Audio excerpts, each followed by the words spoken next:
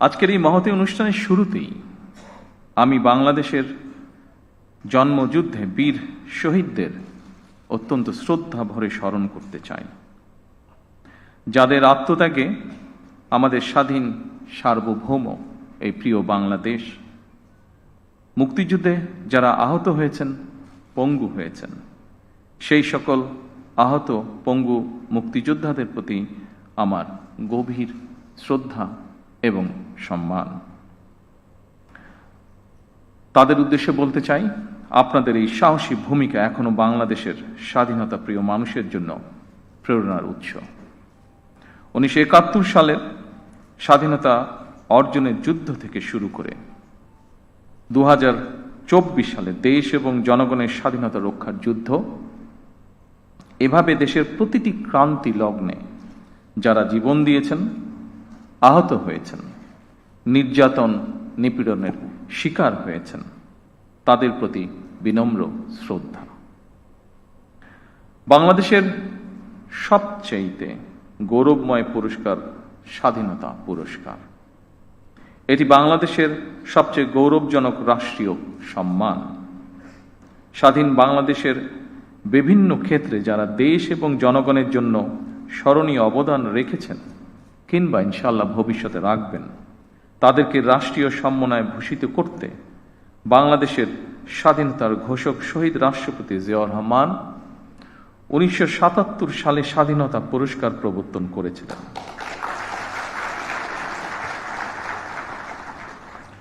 আজকের এই অনুষ্ঠানে আমি বাংলাদেশের স্বাধীনতার ঘোষক শহীদ রাষ্ট্রপতি জিয়াউর রহমান সহ স্বাধীনতা এবং মুক্তিযুদ্ধের ইতিহাসের সকল জাতীয় নেতার ভূমিকা এবং অবদানকে শ্রদ্ধা এবং ভালোবাসার সাথে স্মরণ করছি।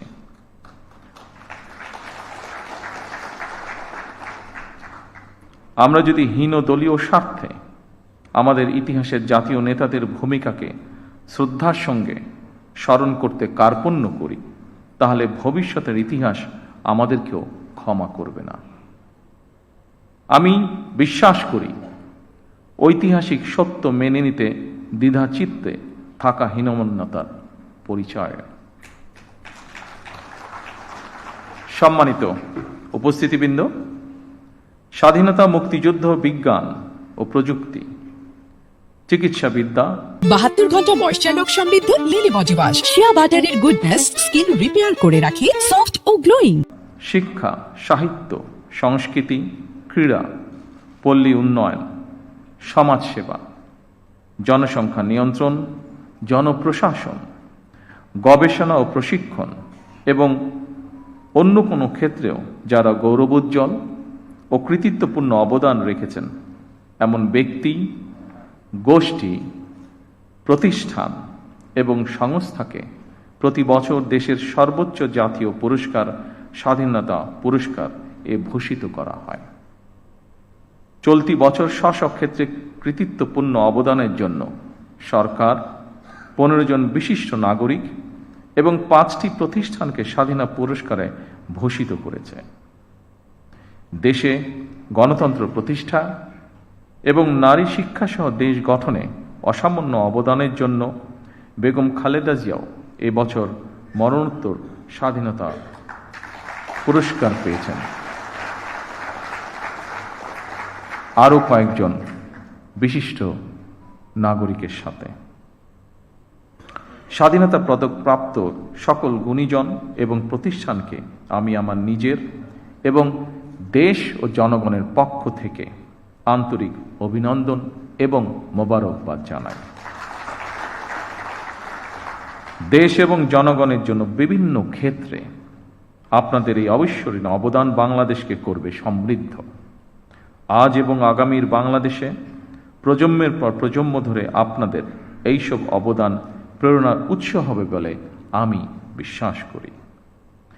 বাংলাদেশের গণ্ডি পেরিয়ে স্ব ক্ষেত্রে আপনাদের অবদান এবং সফল কর্মগুলো অদূর ভবিষ্যতে বিশ্ব দরবারেও সমাদৃত হবে বলে আমরা দেশবাসী বিশ্বাস করি দৃঢ়ভাবে। সম্মানিত সুধীবৃন্দ, অসংখ্য প্রাণের বিনিময়ে আমরা একটি স্বাধীন বাংলাদেশ পেয়েছি। সেই বাংলাদেশটি এখন 55 বছর পার করে ফেলেছে। এত বছরেও আমাদের যেমন অনেক প্রাপ্তি রয়েছে, অপ্রাপ্তিও কিন্তু কম নয়। সুতরাং আমাদের প্রত্যাশিত স্বনির্ভর সমৃদ্ধ বাংলাদেশ গড়তে হলে প্রতিশোধ, প্রতিহিংসা কিংবা অযথা বিতর্ক নয়। শহীদ রাষ্ট্রপতি জিয়াউর রহমান বলতেন, জাতীয় ঐক্য আমাদের শক্তি, বিভাজন আমাদের দুর্বলতা। সেই কথা স্মরণ করেই বলতে চাই, আমাদের পথ মত ভিন্ন হতে পারে, আমাদের মধ্যে বিভিন্ন ইস্যুতে বিতর্ক বিরোধ থাকতে পারে, তবে আমাদের মধ্যেকার বিতর্ক বিরোধ যেন শত্রুতায় রূপ না নেয়।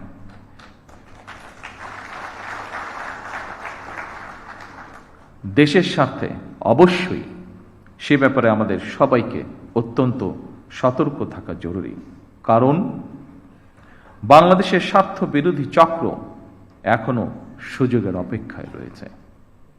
সম্মানিত সুধীবৃন্দ, সম্মানিত সভাপতি, দুর্নীতি দুঃশাসনে পর্যদস্ত একটি ভঙ্গুর অর্থনীতি, দুর্বল শাসন কাঠামো আর অবনতিশীল আইন শৃঙ্খলা পরিস্থিতির ভেতর দিয়ে নতুন সরকার যাত্রা শুরু করেছে।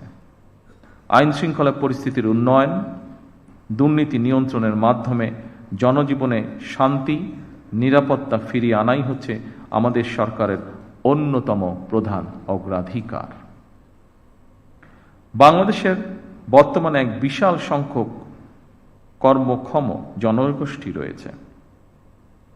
কর্মক্ষম এই জনগোষ্ঠীর জন্য কর্মসংস্থান তৈরির এই মুহূর্তে হচ্ছে বড় চ্যালেঞ্জ।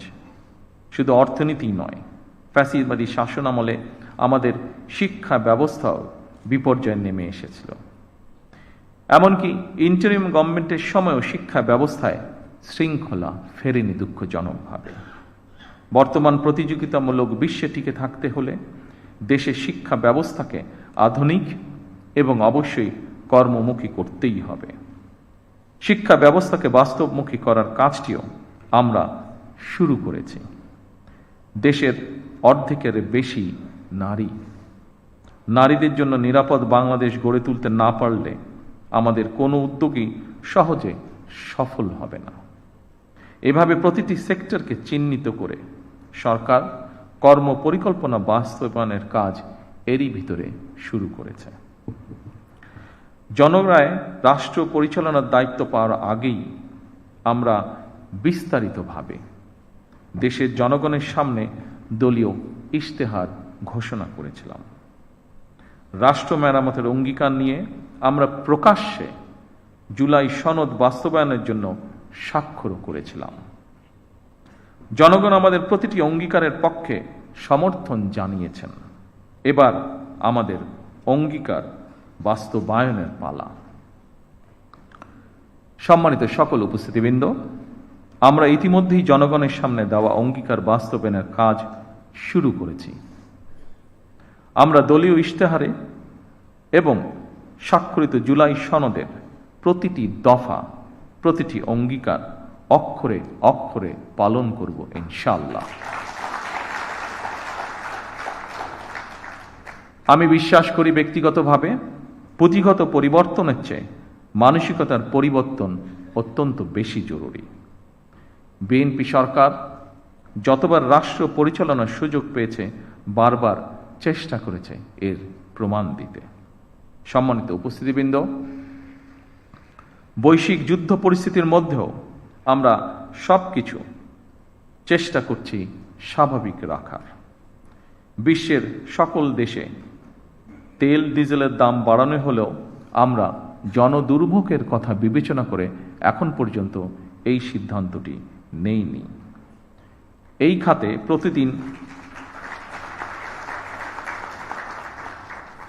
খাতে প্রতিদিন শত শত কোটি টাকা ভর্তুকি দিয়ে হলেও সরকার চেষ্টা করছে আন্তরিকভাবে পরিস্থিতি স্বাভাবিক রাখার। জনগণের সুবিধা নিশ্চিত রাখতে সরকার সম্ভব সকল প্রকার প্রচেষ্টা অব্যাহত রেখেছে, কারণ বর্তমান সরকার জনগণের দ্বারা নির্বাচিত একটি সরকার। বর্তমান সরকার জনগণের কাছে দায়বদ্ধ সরকার। সম্মানিত উপস্থিতিবৃন্দ, প্রিয় সাংবাদিক ভাইরা, আমি আশ্বস্ত করতে চাই জনগণের বিচলিত হওয়ার কোনো কারণ নেই।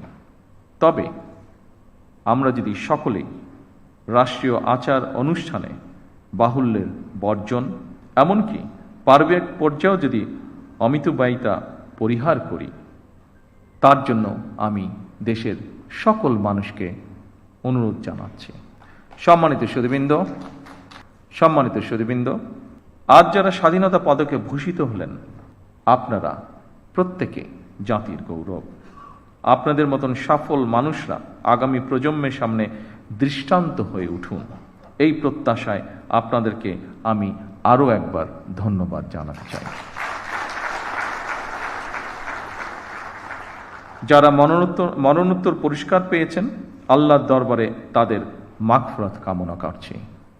সম্মানিত উপস্থিতিবৃন্দ, আমি এই বলে আমার বক্তব্য শেষ করছি। আল্লাহ হাফেজ। বাংলাদেশ জিন্দাবাদ। 72 ঘন্টা ময়েশ্চার লক সমৃদ্ধ লিলি বডি ওয়াশ। শিয়া বাটারের গুডনেস স্কিন রিপেয়ার করে রাখে সফট ও গ্লোয়িং।